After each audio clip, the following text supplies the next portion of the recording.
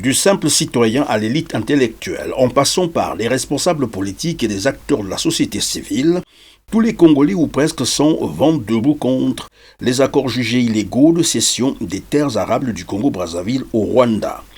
Illégaux parce que ces accords violent la loi fondamentale de bout en bout. Le 10 mai 2024, c'était le tour d'Ephrem Dave Mafoula, président du parti Les Souverainistes, de dénoncer devant la presse congolaise et internationale la violation délibérée de la Constitution congolaise par les initiateurs de ces accords. Mesdames et messieurs les journalistes, si le constituant congolais est conscient que le développement de notre pays repose sur l'exploitation de nos ressources naturelles et de notre sous-sol, vous comprendrez aisément l'importance que notre parti et moi-même accordent aux accords que notre pays a signés avec le Rwanda.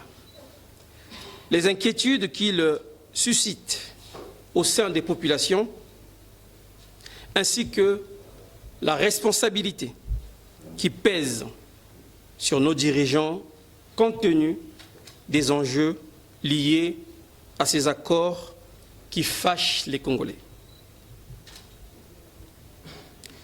Les accords signés avec le Rwanda et des terres spoliées par le cartel composé par le Premier ministre Anatole Koliné-Makosso, le ministre d'État Pierre Mabiala, le ministre Denis Krissed Sassou Nguesso et le ministre Andaï, au mépris du droit positif congolais, font couler beaucoup de salive.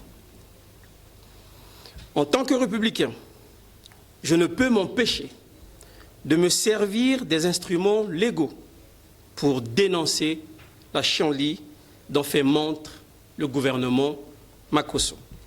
Si en ma qualité d'homme politique, il est de ma responsabilité de dénoncer les dérives du pouvoir en place, mais en tant que citoyen congolais, prendre position est bien plus qu'un devoir lorsque certains accords menacent la souveraineté de mon pays.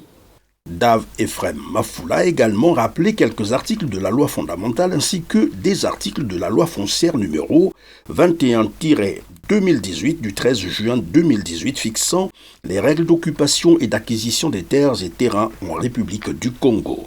Article qui souffre évidemment de la cession illégale de plus de 980 km² des terres arables du Congo-Brazzaville au Rwanda, donc des zones frontalières à l'instar de Maluku qui, comme vous le savez, est frontalière avec Kinshasa, la capitale de la République démocratique du Congo qui, depuis des décennies, subit une agression rwandaise. Il s'agit de l'illégalité de l'autorisation expresse d'occuper une réserve foncière de l'État par la société Elevenco Congo. Un franc symbolique ne peut pas représenter la valeur vénale de 11 035 hectares de terres du domaine privé de l'État. Il ne peut non plus conférer le caractère onéreux à une vente. L'arrêté qui consacre une donation déguisée de 11 035 hectares de terres du domaine privé de l'État à une personne morale de droit privé est en contradiction avec le Code du domaine de l'État. Cet arrêté encourt donc annulation.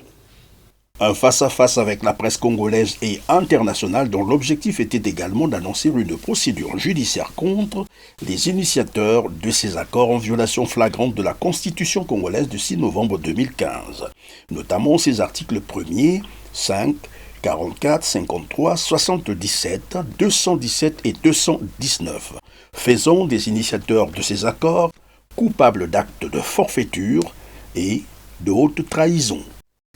Je saisis cette occasion pour informer solennellement la communauté nationale et internationale de mon engagement à entreprendre immédiatement des procédures légales aux fins d'aboutir au retrait ou l'annulation des dits textes.